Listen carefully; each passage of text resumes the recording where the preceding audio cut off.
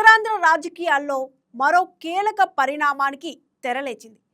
Mega brother MLC Nagababu తన రాజకీయ కార్యక్షేత్రాన్ని స్పష్టంగా నిర్ణయించుకున్నారన్న ప్రచారం రాజకీయ వర్గాల్లో చర్చనీయాంశంగా మారింది.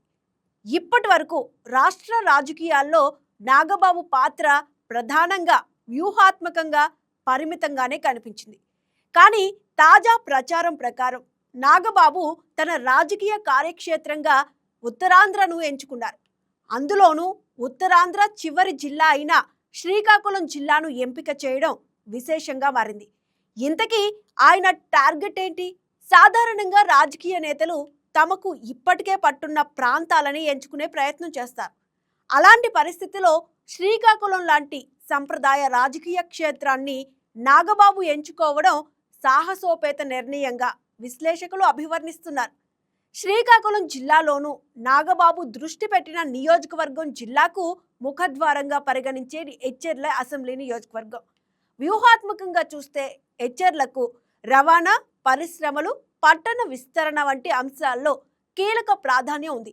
అందుకే నాగబాబు ఎచ్చెర్లను తన రాజకీయ కేంద్రంగా ఎంచుకున్నారని రాజకీయ వర్గాలు అంచనా వేస్తున్నాయి. సాంకేతికంగా ఎమ్మెల్సీలకు సొంత నియోజకవర్గం అంటూ ఉండదు. వారు రాష్ట్రంలోని 175 అసెంబ్లీ నియోజకవర్గాల్లో ఎక్కడైనా రాజకీయంగా పనిచేయొచ్చు.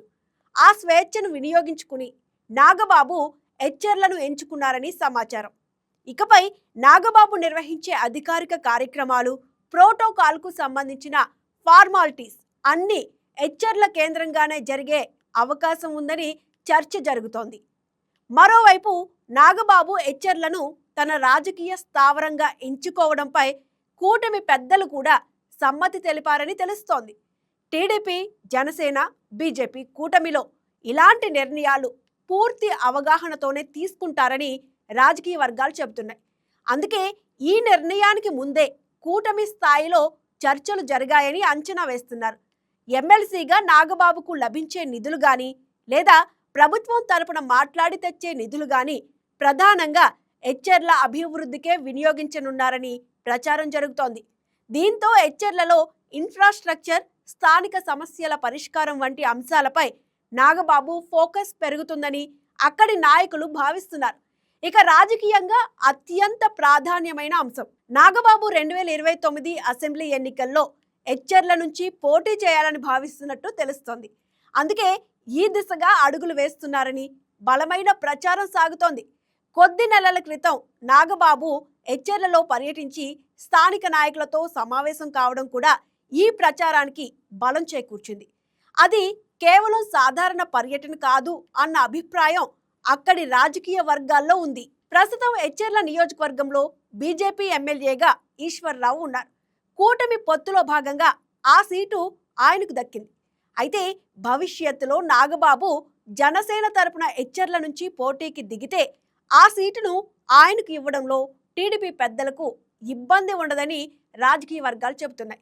ఈ అంశమే నాగబాబుకు ముందుగానే గ్రీన్ సిగ్నల్ వచ్చిందన్న ప్రచారానికి బలమిస్తోంది. మంచి రోజు చూసుకుని నాగబాబు ఎచ్చెర్ల నుంచే తన రాజకీయ కార్యక్రమాలకు అధికారికంగా శ్రీకారం చుడతారనే ప్రచారం జోరుగా సాగుతోంది. మరి నాగబాబు నిర్ణయం ఉత్తరాంధ్ర రాజకీయాల్లో ఎలాంటి సమీకరణాలు మార్చుతుంది? ఎచ్చెర్ల నాగబాబుకు శాశ్వత రాజకీయ స్థావరంగా మారుతుందా? జనసేనకు ఉత్తరాంధ్రలో ఇది కొత్త ఊపునిస్తుందా అన్నది రాబోయే రోజుల్లో చూడాలి. Please subscribe to YK TV Network. Please subscribe to YK TV. Please watch YK News. Don't forget to subscribe YK News channel.